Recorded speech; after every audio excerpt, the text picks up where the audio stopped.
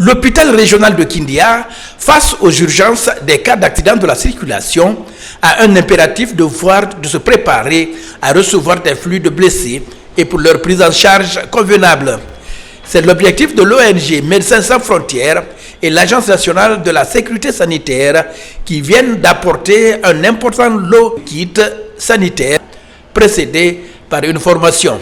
Et c'est suite à une consultation avec les autorités du département de la santé, en l'occurrence l'Agence nationale de sécurité sanitaire, qui nous ont remonté la nécessité de la prise en charge d'un afflux de blessés à l'hôpital régional de Kindia.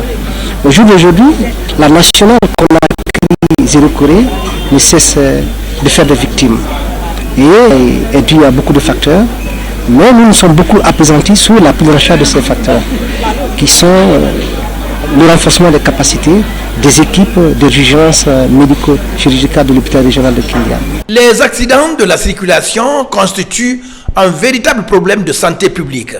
Ils continuent sans relâche à endeuiller plusieurs familles. D'autant plus que Médecins sans frontières est connu dans ce sens. L'appui au personnel de santé sur tout le territoire national.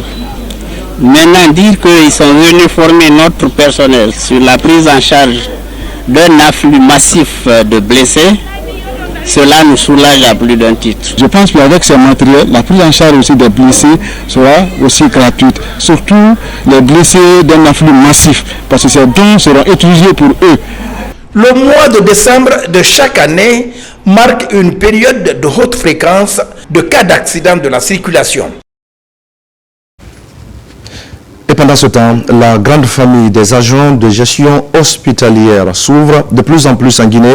Elle vient d'accueillir de nouveaux médecins en santé publique et une nouvelle cohorte formée pour faire face aux nombreux défis liés à la bonne gestion des établissements hospitaliers dans notre pays. Tcherno Maroufba et Mohamed Mpati Kamara. Améliorer les compétences en milieu hospitalier fait partie des priorités des autorités sanitaires. À la faculté des sciences et techniques de la santé, de nouveaux agents viennent rehausser le rang pour faire face à la qualité des soins dans les établissements du pays. Cette deuxième cohorte en gestion hospitalière est le fruit d'un long processus.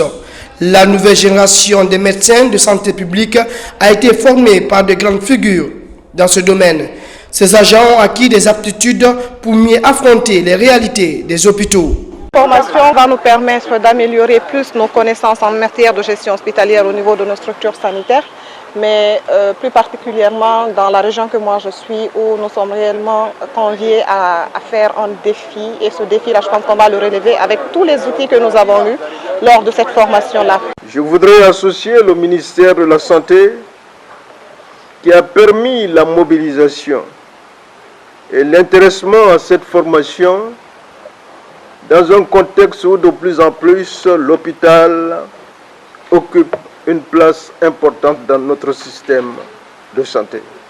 La prévention des infections dans les établissements, la prise en charge des équipes de garde, l'élaboration de la mise en œuvre des projets d'établissements hospitaliers et la digitalisation sont les nouvelles attentes des agents aujourd'hui opérationnels.